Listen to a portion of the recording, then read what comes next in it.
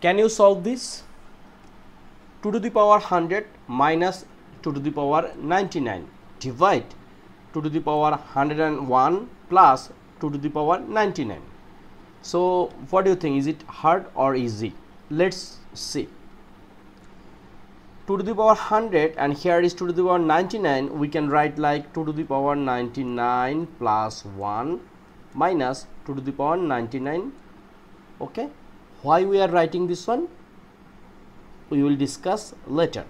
First we have to make a similarity.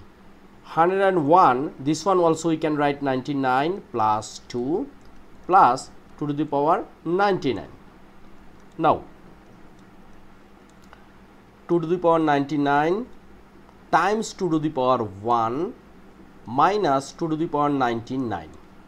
Similar, 2 to the power 99 times 2 to the power 2 plus 2 to the power 99. Okay, so here we can take common 2 to the power 99.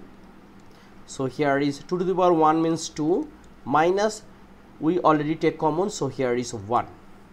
And here we can take common 2 to the power 99.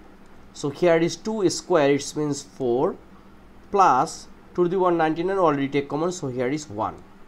Now look, 2 to the power 99 and 2 to the power 99 we can divide. 2 minus 1 is a 1 and 4 plus 1 is a 5, and this is our answer. Now let's discuss why we are doing this thing. First we have to separate common thing. We know a to the power m plus 1 we can write like a to the power m times a to the power n, right? So by this way we can solve these kinds of math.